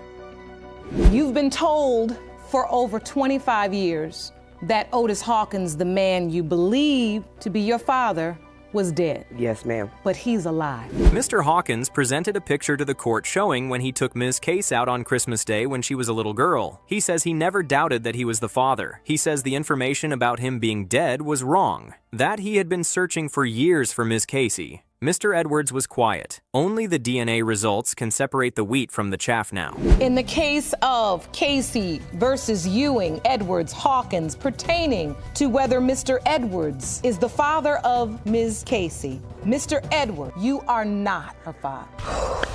Mr. Taylor, you say your fiance, Ms. Jackson, dropped a bombshell on you when she was 9 months pregnant and told you that you may not be her child's father. Doubt begins small, but once it takes root, it grows unchecked until truth brings it to an end. Ms. Jackson first told Mr. Taylor he wasn't the father, then changed her story. Now, the other man, Mr. Green, sits in the courtroom watching it all unfold. The tension is thick, trust is gone, suspicion is everywhere. The question is simple: who will walk away vindicated, and who will be humiliated? I've been there since day one, raising this kid, fathering the kid, clothing the kid. I do everything for this child. And the only thing that I do know is that if this child ain't mine, I'll be walking out this courtroom today a single man. Florida was supposed to be a fresh start for the couple and their kids, but it's where Ms. Jackson met Mr. Green and began a sexual relationship. She says Mr. Taylor abandoned them to chase his dreams far away. Mr. Taylor admits leaving, but insists it was for a job opportunity in Atlanta. Both are pointing fingers, but only one version can be true. And I met Mr. Green in a shelter, and we ended up becoming intimate, but Mr. Taylor left me and my children stranded in Florida while he went away to, I guess, chase his dreams. Mr. Taylor says he left to rescue his family from life in a shelter. Ms. Jackson claims she had no idea he was in Atlanta for 2 days. She says she called and texted, but never got a reply. When Mr. Taylor explained his move was to better their lives, applause broke out. Ms. Jackson sat stone-faced, refusing to believe a word of it. I couldn't do nothing there because it wasn't no job opportunities in Orlando. It was one in Atlanta, so I went for it. I tried to get in contact with her. When she was there, she was at a youth shelter. Ms. Jackson says during his absence, he never sent money or checked in. She claims Mr. Green stepped in, offering emotional and practical support. The judge asks how long she waited before turning to Mr. Green. She starts to say a few weeks, but is cut off by Mr. Taylor's shout. 3 days, 3 days, he yells, shaking the courtroom. This supposed job opportunity that he had, during this job opportunity, he never sent me or the kids any money. We barely had any contact with him. There was no one for me to turn to but Mr. Green. Mr. Taylor, visibly furious, says he left to save their children from being taken. Ms. Jackson insists he never planned on coming back for them. She says she tried for 2 days straight to contact him without success. He fires back, calling it a lie and denying ignoring her messages. Their stories are clashing, and neither is backing down. They have. Be a man about the situation. We have no money. Leave a message. Kids was on the verge of getting taken away. I'm going to go. He's saying, but Ms. Jackson, when I left, hold on. Ms. Jackson calls her relationship with Mr. Green a rebound. She says they bonded because both were going through heartbreak, but she blames Mr. Taylor for leaving, saying he pushed her into it. Mr. Taylor argues that trying to improve the family is no excuse for cheating. The moral battle is now just as important as the DNA test. Boyfriend and girlfriend? Yeah, or you just having boyfriend and a sexual relationship? It was a rebound thing, Your Honor. It was a rebound. He was going through a situation with the mother of his child, and I was going through a similar situation with Mr. Taylor. Then comes the timeline revelation from Mr. Taylor himself. He says he left on September 14th and she got pregnant on October 12th. That's only 1 week after he left when you count the conception window. It's a calculated blow to Ms. Jackson's credibility in the courtroom. Gasps ripple through the audience as the math sinks in. It would be exposed today. Technically not together. You don't have to together. say we're broke up for us to be done. So you saying if your husband leave out of state for a job opportunity? Mr. Green finally takes the stand to give his side of the story. He says says Ms. Jackson told him Mr. Taylor left to chase a rap career. They vibed, and things quickly turned physical between them. When he got his own place, he let her and the kids move in with him. He admits he saw her texting Mr. Taylor often, but didn't care. I met her in the shelter, and when I met her, she told me that he had left her for a rap career in Atlanta. Just left and didn't want nothing to do with her, had nothing to do with her, didn't want to take care of the kids. The lies, the timelines, the accusations, it's all on the table now. Everyone in the courtroom is on edge as the judge prepares the envelope. Only one piece of evidence can end the shouting and finger-pointing. The DNA results will reveal the truth once and for all. Who's the real father, and who will have the last laugh? His biological father is Mr. Green.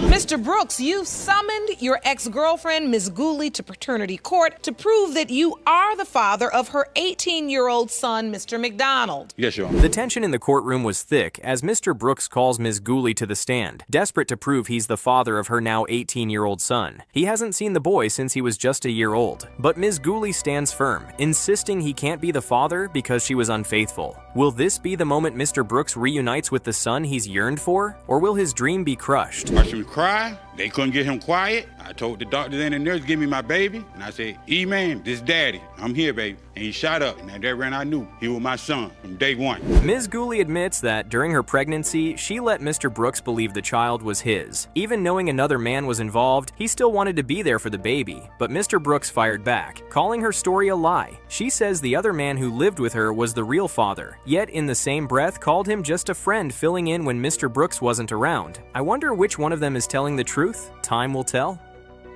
He wants to be there for my child, but he knew that there was another man that was at my house all the time. That's a lie. He used to take Fred to work. How you gonna take me where I had my own damn car? Mr. Brooks, I need you to watch your language. Mr. Brooks pulled out old photographs, showing himself holding the newborn and smiling proudly. He says he's carried these memories for 17 years. The judge leaned in and asked why he'd been apart from the child for so long. Mr. Brooks revealed that Ms. Gooley had called child services on him while he was home caring for the kids. What? Let me see those pictures, please, sir. Jerome, I've been having these pictures with me for 17 years. She don't have none. Matter of fact, I got about 60 pictures, and she's not in none of them. Ms. Gooley wasn't about to let that go unchallenged. She accuses Mr. Brooks of being the one who called child services first, trying to tear her family apart. Mr. Brooks shook his head, saying he was the one paying the bills and raising the children. She shot back, "When did you ever pay the bills?" And he snapped right back, "When did you ever have a job?" What a chaotic couple.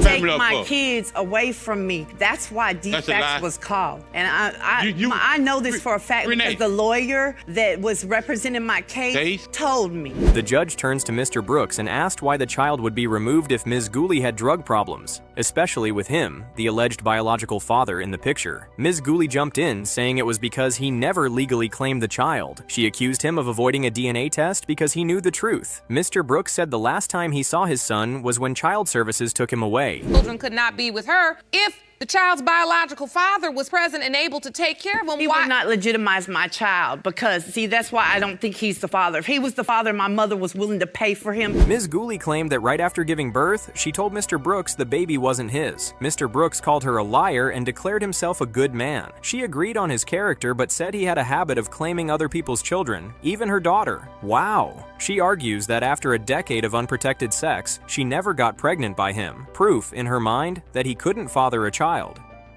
Before they even cut the cord. You didn't say nothing. Wait a minute. So when they pulled the baby out, you looked at him and said, "Is he yours?" Yes, I did. You said that because what? You wanted him to look at the baby and see if he thought it looked like him? Yes, Your Honor. Then came the moment everyone was waiting for. Mr. McDonald, the 18-year-old, took the stand. He says he believes Mr. Brooks is his biological father. His voice trembled as he admitted he was nervous about facing his mother. He also revealed another man once claimed to be his father through a Facebook message, but he told that man Mr. Brooks was the only dad he'd ever known. Do you believe Mr. Brooks is your father? Yes, ma'am. You do? That's been your understanding your whole life? Yes, ma'am. Okay. What was it like when you were finally reunited with your mother? Still, Ms. Gooley refused to budge, repeating that it was impossible for Mr. Brooks to be her son's father. She claims he's done little for McDonald since reconnecting with him. The argument between them escalated, voices clashing, while their son sat silently, sadness etched across his face, a bitter reminder of what his life has been all about.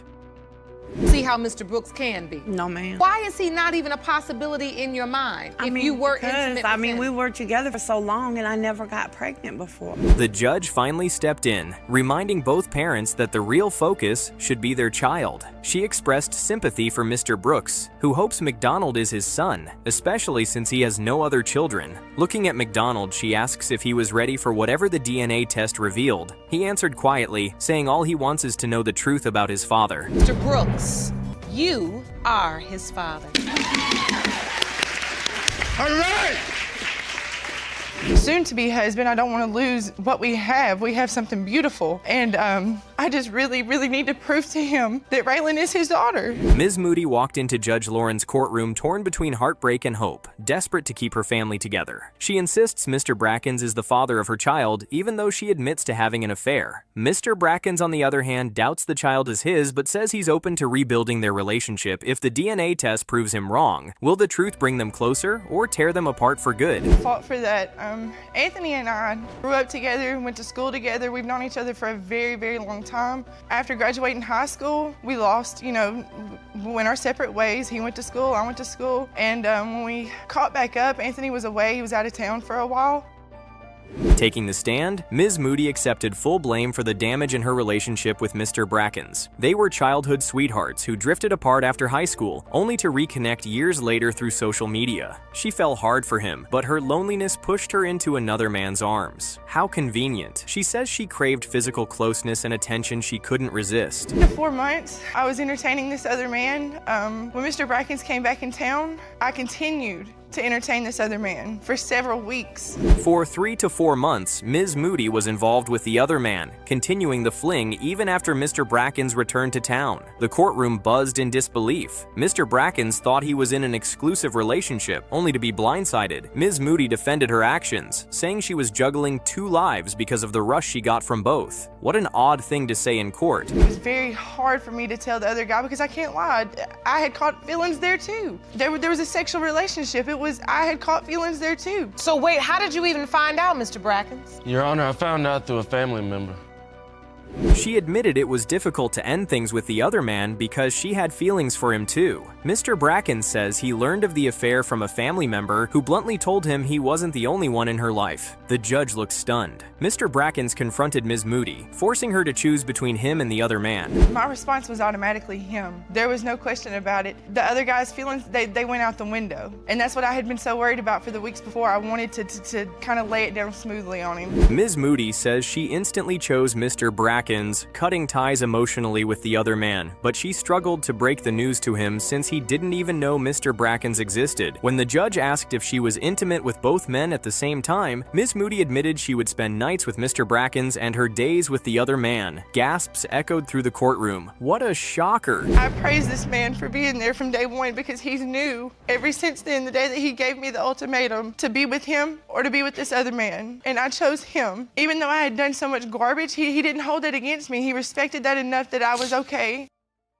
Just a week and a half after ending things with the other man, Ms. Moody discovered she was pregnant. Sending another shockwave through the courtroom, everyone gasped. The judge sighed, saying the doubt was undeniable. Ms. Moody agreed. She says Mr. Brackens took her in despite her baggage and made sure she was cared for. Mr. Brackens' eyes welled up with tears. What a good man. So, Mr. Brackens, take me to the day you found out Ms. Moody was pregnant. I kind of had an idea she was taking the pregnancy test and such. She went in my bathroom, took the pregnancy test. Ms. Moody revealed this wasn't the first time she had faced such uncertainty. She already had a 3-year-old child. Mr. Brackens admits that when he learned of her pregnancy, he immediately wondered if the other man could be the father. He decided to step up anyway, but deep down, he feared he was raising another man's child. Who could blame him? I just been worried about taking care of another man's baby the whole time, but I just looked over it. I just looked over it because I fell in love with this child ever since she came. When I'm in the floor playing with her, throwing her up in the air, going to the park.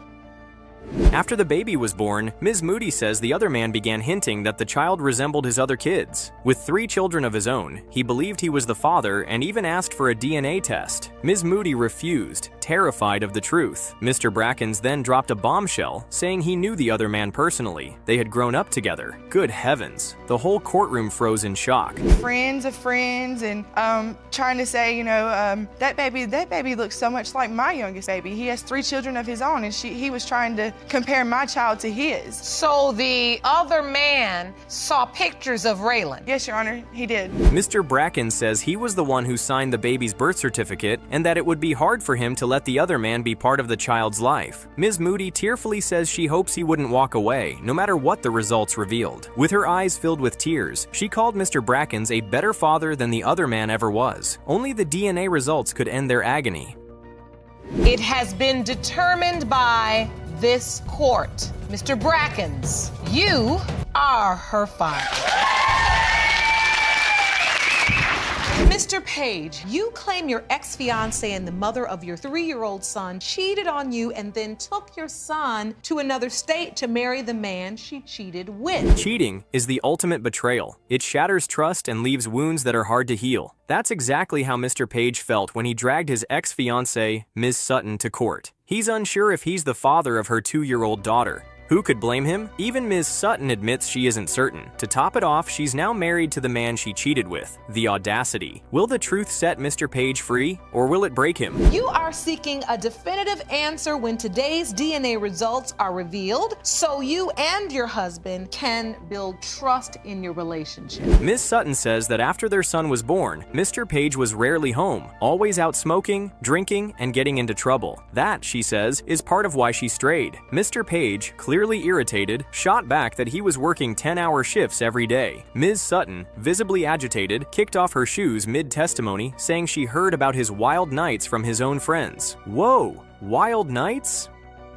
First of all, we have a 3-year-old son, and yes, he was there at the birth of my son. But the reason why I cheated, because you was never home. You want to do what you want to do, smoking, drinking. If I'm hearing you out doing all these things, why I can't go do it? Mr. Page says Ms. Sutton never confronted him about these rumors, instead claiming she was too tired from all her running around. Then he dropped a verbal grenade, saying she was sleeping around, and you can't turn a hoe into a housewife. The whole courtroom gasped. Ms. Sutton quickly fired back that she only slept with one other person. The judge immediately told Mr. Page to watch his language. Your Honor, she would always say, I'm tired. Yes, you're right, you're tired by sleeping around. And then I told her one day... Sleeping around with one person? Yes, it don't matter how. How many people you sleeping around with? 0. Ms. Sutton says that when she first heard rumors about Mr. Page, she didn't believe them, at least not right away. She decided to wait and bide her time until she met the man who would become her husband, the same man she cheated with. Mr. Page accused her of twisting the truth. The judge shook her head, saying it looked like they could run the courtroom themselves, if only they could fix their mess.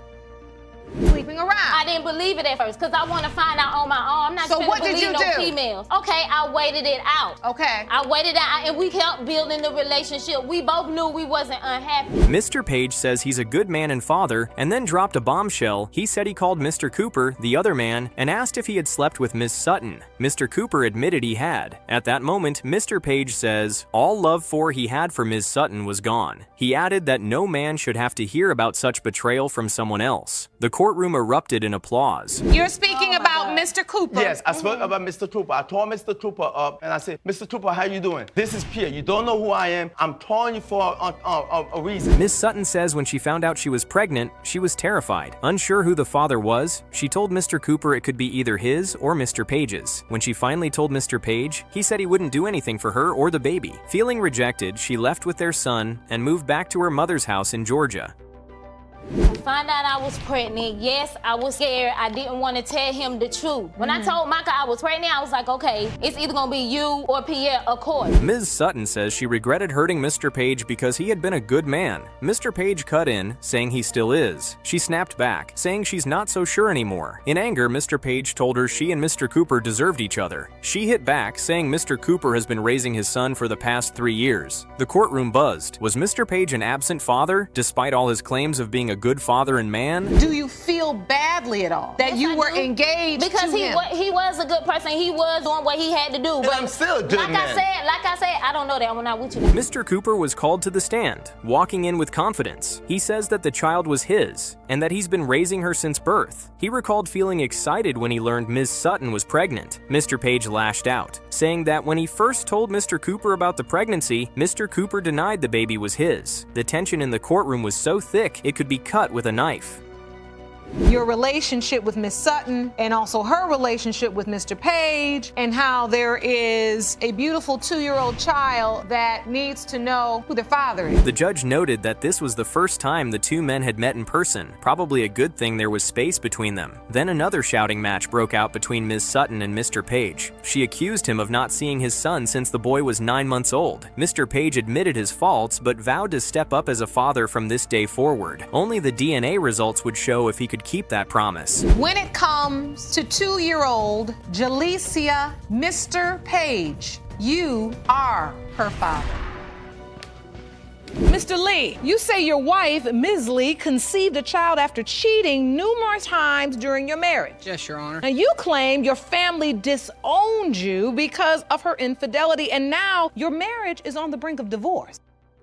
Sometimes an old memory can hit you out of nowhere, and for Mr. Lee, it wasn't a pleasant one. Now he's hauled his wife, Mrs. Lee, into court, claiming he's not the father of her 11-month-old baby because of her multiple affairs. Mrs. Lee admits to cheating, but insists her husband is the father. Will this marriage crumble under the weight of betrayal, or will love somehow survive? Actually wasn't even Mr. Lee. And I get there and our eyes met and we kind of fell in love at first sight. We started talking that night. I heard him speaking a little bit of Spanish and we started making out the whole night. We kissed heavily. Mr. Lee says that just a week after moving in, Mrs. Lee started cheating with a man she claimed looked like Bon Jovi. The entire courtroom gasped. Was it naivety or a flimsy excuse? Mrs. Lee coolly explains that she has a celebrity obsession. Mr. Lee says the man would sleep on their cot, strumming his guitar. Mrs. Lee accused him of being jealous, a bold thing to say to your husband in court in defense of the man you are cheating with. She went ahead and moved in with me. I mean, that she stayed there with me for a few days, and then like the following week, she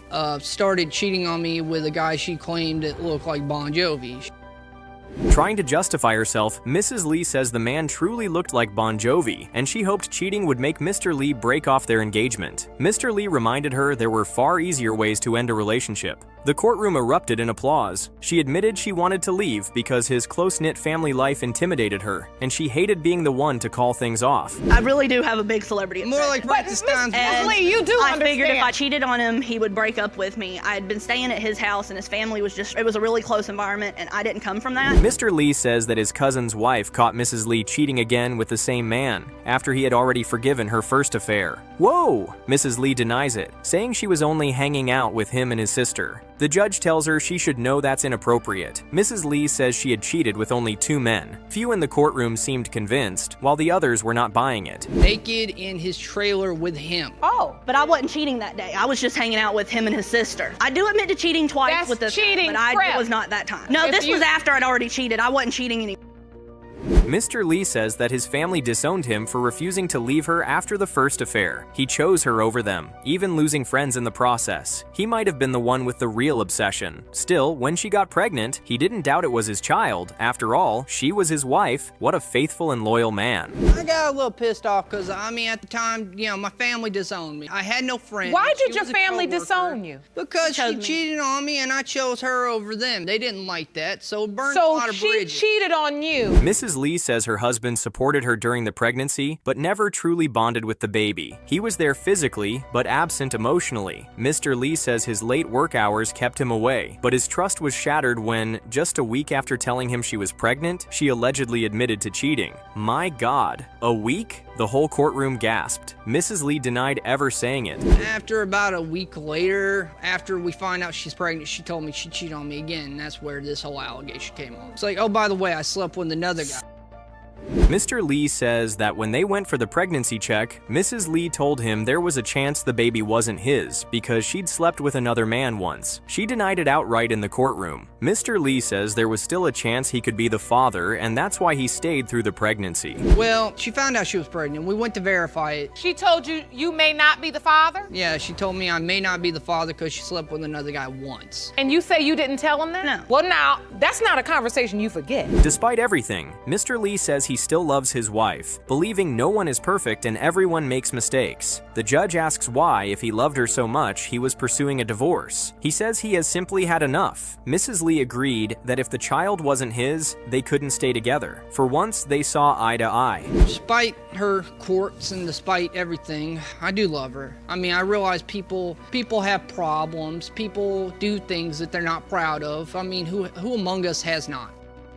Mr. Lee says the DNA test would decide the fate of their marriage. He had sacrificed everything, family, friends, his reputation, to stay by her side. Breaking down, he says he signed the birth certificate and now feels deeply hurt. His mother-in-law praises him for standing by his daughter. Only the DNA results could keep him from drowning in heartbreak. Mr. Lee, you are Carolyn's father. I told you.